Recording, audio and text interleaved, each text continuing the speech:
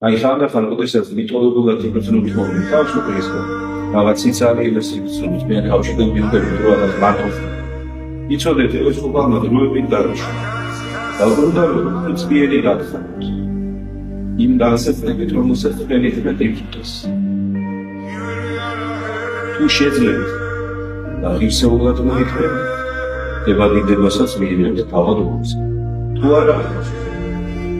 გამარჯვებულები